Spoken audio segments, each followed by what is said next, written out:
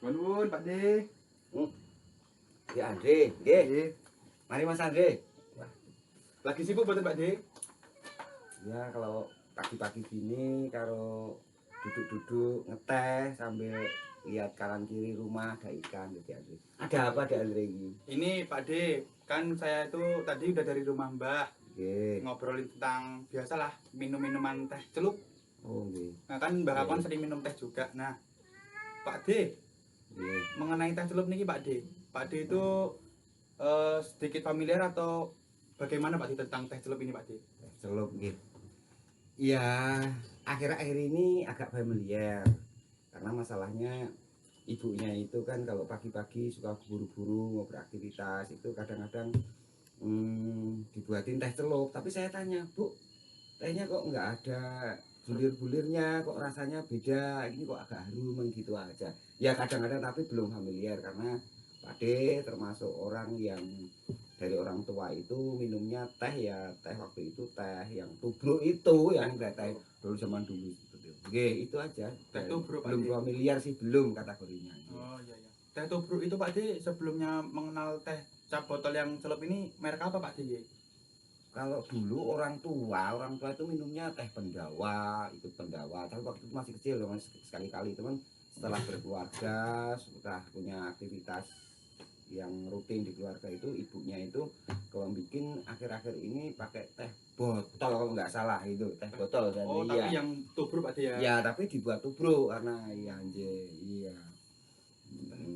Teh cap botol. Ini kan Pak De kalau kami tuh yang generasi masih muda itu kan nggak kenal Pak De namanya teh botol. Kami tuh taunya kalau di iklan-iklan TV itu teh Sariwangi. Nah, Iya. kok Pak De nggak lebih ke arah sana Pak De merek tehnya? Iya, mungkin pendapat saya pribadi, karena penikmat teh itu kan rata-rata orang sudah berkeluarga ataupun dengan usia tertentu. Jadi dengan yang namanya selera, rasa, kemudian aroma itu memiliki apa ya, sugesti ketergantungan apa gitu loh Di Andre. Jadi ketika mereka ini ya saya khususnya itu kalau minum teh yang tidak biasa saya nikmati tiap pagi itu rasanya beda. Jadi nggak afdol kalau belum minum teh yang biasa disajikan di rumah. Jadi mungkin itu hanya karena faktor kebiasaan. Nah, jadi kalau Pak D itu tidak melirik ke teh Sariwangi, ke teh yang lain-lain, itu karena memang cuman belum familiar dan sebagai penikmat teh itu cenderung ke rasa awal yang dikenal, kemudian itu sudah menjadi apa ya, kenikmatan tersendiri lah ya Andre kan gitu. Jadi mengenai ini Pak De, kalau Nggih. tadi kan Pak De ngendiko tentang kebiasaan. Nah, Pak De sendiri itu rutinitas minum tehnya itu setiap saat apa Pak De? Waduh, ini sudah kebiasaan buruk di Andre ya Pak D yang sudah usia 51 tahun ini sebenarnya.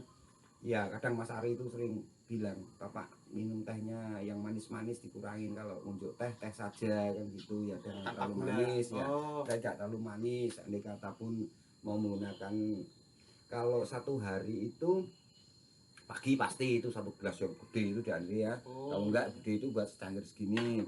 Kalau siangnya itu kadang-kadang pulang kerja itu memang istirahat, kadang nggak istirahat pun selalu disiapkan teh. Kemudian sore hari ketika ya itu pun belum ada selingan, kalau misalnya ada temen datang untuk ngobrol itu biasanya ibunya selalu nyiapin teh ya, kita minum teh. Jadi kalau apa ya, satu hari itu wah nggak terhitung di Andre, tapi yang jelas yang kalau nggak ada orang datang itu minimal 2 sampai 3 kali di Andre, 2 satu hari. Jadi ya tinggi sekali menggunakan teh. Nggih.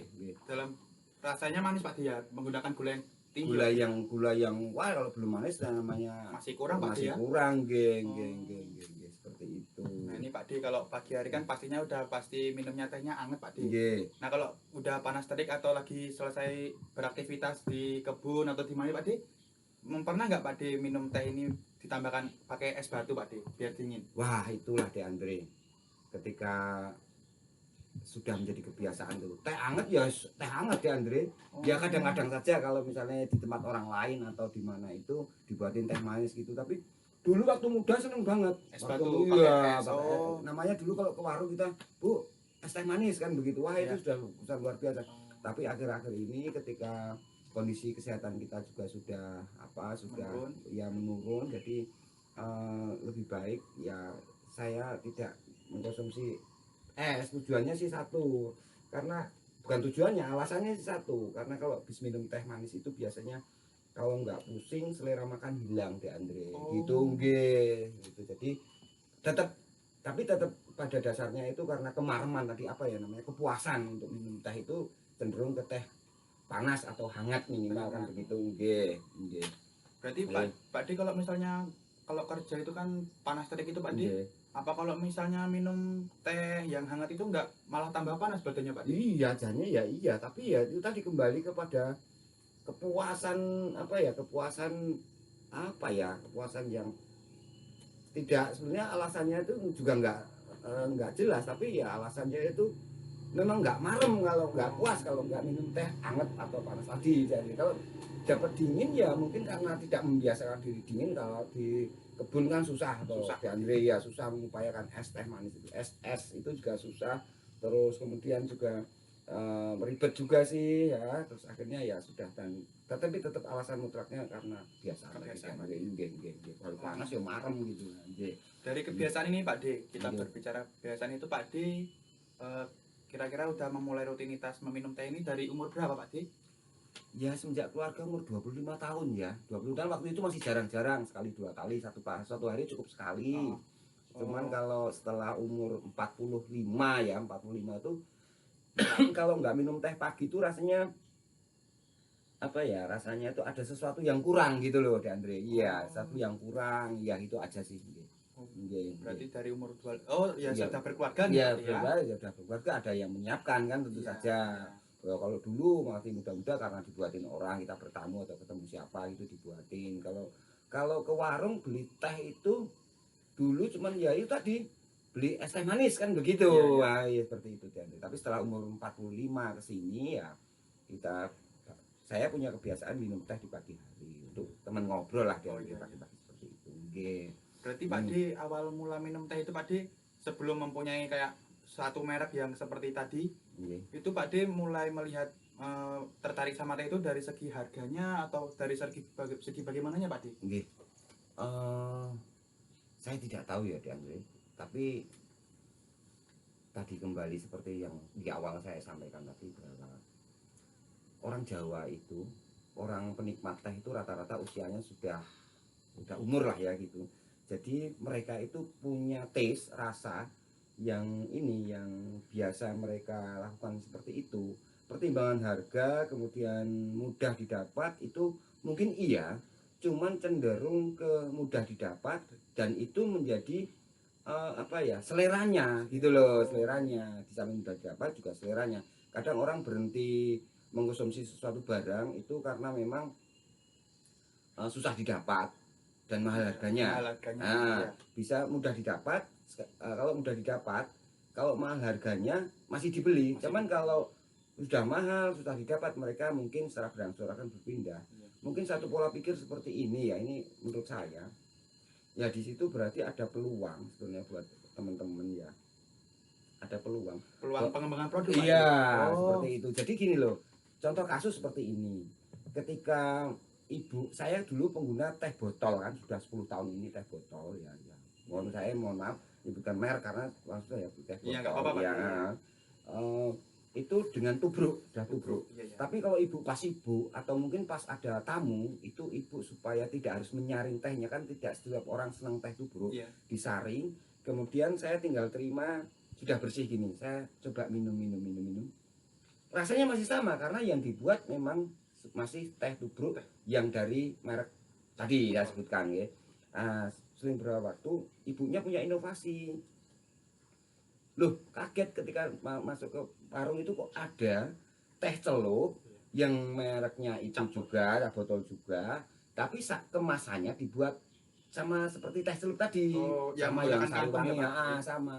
Akhirnya kalau pas ibu itu beliau membuat itu kemudian disajikan pada saya kadang-kadang tertipu gitu loh, tertipu. Ini teh celup Mm, apa? rasanya sama. Iya, iya. Nah, cuman tadi ketika teh tubruk memang ada rasa yang tertinggal gitu, ada rasa yang tertinggal. Contoh kasusnya itu aroma daun teh yang terbawa itu kadang-kadang karena dekat kita cium itu punya aroma tersendiri. Sementara kalau sudah jadi teh celup yang dikemas walaupun rasanya sama, tetapi aroma yang nggak bisa itu seperti aroma itu. alami dari Jadi teh itu ya Pak De. jadi yang muda-muda, teman-teman muda itu kalau bisa ya bagaimana kita mengupayakan apa ya, kayak tadi berarti definisinya sejauh apa ya, orang itu hanya karena kebiasaan dia akan terbelokkan atau termanipulasi dengan rasa atau aroma tadi sejauh produk yang diciptakan baru tadi itu apa ya, Tidak memiliki di samping ada beberapa yang tidak rubah tetapi punya inovasi-inovasi lain yang sebetulnya tidak terlalu jauh dulu kan gitu. Jadi masih mirip-mirip sama rasa aslinya, cuman dia memiliki kelebihan lain, misalnya praktis atau mungkin murah atau mudah didapatkan di pasaran. Karena jujur kalau teh celup, kalau di misalnya kita datang ke suatu tempat, misalnya di Jambi atau di Padang, susah sekali kita nyari. Dulu pernah kami datang ke susah sekali nyari teh yang kemasan tubruk, susah sekali. Iya, susah sekali. Karena udah banyak yang Iya, itu ya. makanya mungkin kita juga menciptakan itu sesuatu yang memang praktis, murah, kemudian mudah didapat. Nah, mungkin seperti itu dia Andre ciptakan produk seperti itu. Nah, seperti inovasi tadi Pak De yang Pak De jelaskan tadi kan ada aroma yang tidak tertinggal seperti yang di teh tubruk Pak De. Nah, itu makanya makanya monggo kita ciptakan gimana sih caranya kita berinovasi di situ. Gimana rasanya mempertahankan aroma tadi, bagaimana? Apakah kita takkan di mana, monggo tekniknya seperti apa, tapi itu saya hanya bisa memberikan masukan bahwa ibu ayo sit penghuni penjaga malam ya, jadi artinya memang definisi saya, menurut saya, pendapat saya itu bagaimana kita tidak membelokkan ya, kita menangkap apa ya, kalau dikatakan menangkap ya enggak juga dia. Bagaimana kita bukan mengalihkan, memanipulasi produk dengan menciptakan produk yang baru itu tanpa meninggalkan kebiasaan orang, bahwa kita sadar bahwa orang tuh teh itu kan rasa kebiasaan. Iya, kalau membelokkan itu kalau terlalu jauh mungkin nggak akan terbelokkan orang itu gitu Andre. Mungkin seperti itu. Tapi kalau saya pribadi sih yang tadi saya ceritakan, ibunya itu kadang-kadang membuat teh celup itu dengan teh celup yang seperti itu, tapi dengan produk yang hampir sama, aroma yang sama. Tapi bukan tidak mungkin bahwa penikmat teh seperti Pak De ini suatu hari bisa teralihkan kepada produk-produk yang mudah dikemas, kemudian praktis, kemudian juga higienis. Saya yakin lebih higienis yang seperti ini daripada seperti itu. Nggih, monggo. Berarti saran dari Pak De itu untuk kami untuk berinovasi tentang produk itu dari yang tubruk ke celup itu dilakukan supaya menambah kepraktisan yang pertama, menambah yang jelas higienis, dan diupayakan untuk tetap mempertahankan aroma, rasa, dan satu lagi tentang ya tes itu tadi Pak. Tesnya tadi. Jadi untuk masyarakat kan lebih familiar, terus kalau misalnya berganti ke teh celup itu tidak terlalu besar ya Pak itunya. Iya, permasalahannya. Iya, permasalahan besar dan tidak sulit karena tentang selera gitu, selera. Jadi sulit. Ya itu. Jadi mungkin ada beberapa hal yang perlu menjadi pertimbangan. Sekarang bagaimana produk itu kita ciptakan, kosnya, biayanya itu juga tidak terlalu mahal ya, Andre, dengan harga jual yang nanti lebih minimal seimbang lah, atau jangan sampai menciptakan produk baru tetapi tidak mendapatkan apa ya, karena bilang sekarang itu profit untuk kenapa dialihkan, karena kalau pertimbangannya cuma praktis tapi, ya mungkin bisa tidak tapi merugi, itu menjadi pertimbangan yang berbeda. Tapi kalau kita ciptakan produk yang baru, terus kemudian masa apa ya Dek? Kan kalau di sini kan ada nih masa expirednya kan ada.